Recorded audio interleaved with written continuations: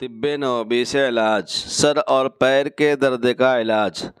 رسول اللہ صلی اللہ علیہ وسلم سے جب کوئی سر میں درد کی شکایت کرتا تو آپ فرماتے ہیں کہ تم پچنا لگاؤ یعنی حجامہ کراؤ، اور جب کوئی پاؤں کے درد کی شکایت کرتا تو فرماتے ہیں کہ تم مہندی لگاؤ۔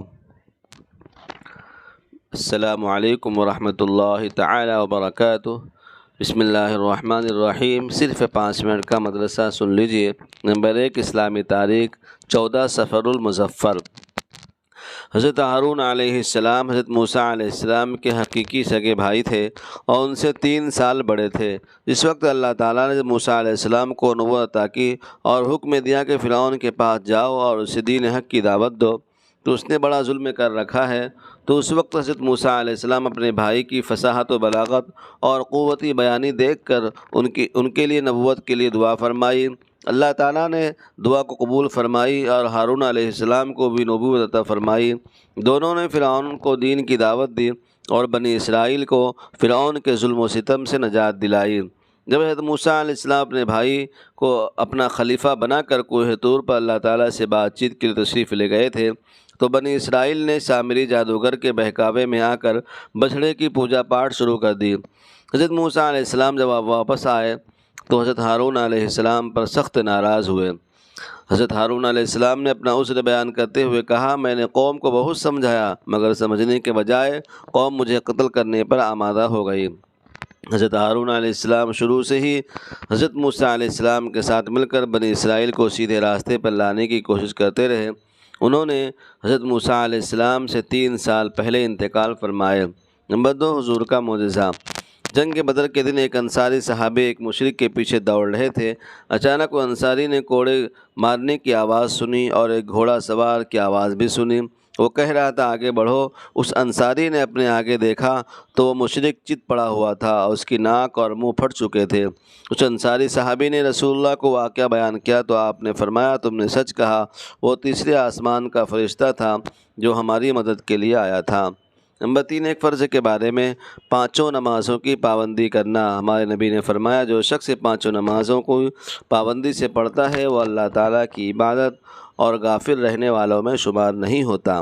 نمبر 4، ایک سنت کے بارے میں کتے یا گدھے کی آواز سن کر یہ دعا پڑھے۔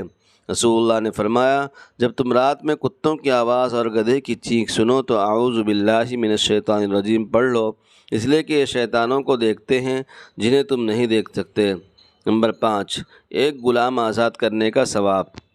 رسول اللہ نے فرمایا، جس نے کسی کو دودھ والی بکری یا روپے قرض دیے یا راستہ بتا دیا تو اسے ایک غلام آزاد کرنے کا ثواب ملتا ہے۔ نمبر 6، گناہ کے بارے میں سود خور سے جنگ کا اعلان۔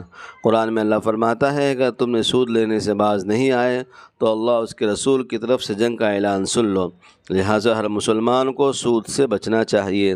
سورہ بقرہ۔ نمبر 7، دنیا کے بارے میں قرآن میں اللہ فرماتا ہے، جو شخص اپنے نیک اعمال کے بدلے دنیاوی زندگی اور اس کی رونق چاہے گا تو ہم ان لوگوں کو ان کے اعمال کا بدلہ دنیا میں ہی دے دیں گے اور ان کے لیے دنیا میں کوئی کمی نہ ہوگی۔ یہی لوگ ہیں جن کے لیے آخرت میں صرف اور صرف جہنم ہے، اور انہوں نے جو کچھ دنیا میں کیا تھا وہ سب آخرت میں بیکار ثابت ہوگا۔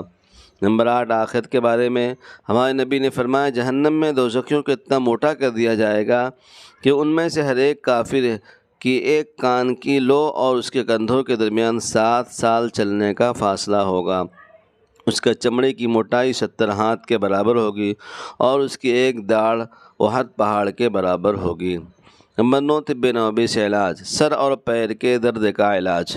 ہمارے نبی صلی اللہ علیہ وسلم سے جب کوئی سر میں درد کی شکایت کرتا تو آپ فرماتے کہ تم پچنا لگاؤ، اور جب کوئی پاؤں کے درد کی شکایت کرتا تو فرماتے تم مہندی لگاؤ۔ نمبر 10، نبی صلی اللہ علیہ وسلم کی نصیحت۔ رسول اللہ نے فرمایا، تم قیامت کے دن اپنے اور اپنے باپ دادا کے نام سے پکارے جاؤ گے، اس لیے تم نام اچھے رکھا کرو۔ اللہ تعالی ہم سب کو ان کہی سنی باتوں پر عمل کرنے کے اور اس کو پھیلانے کی توفیق عطا فرمائے، اور جن بھائی بہنوں نے ہمارے چینل کو سبسکرائب نہیں کیا ہے وہ ضرور فرما دیں اور ہمیں اپنی دعاؤں سے ضرور نوازیں۔ شکریہ۔ وما علینا الا البلاغ المبین۔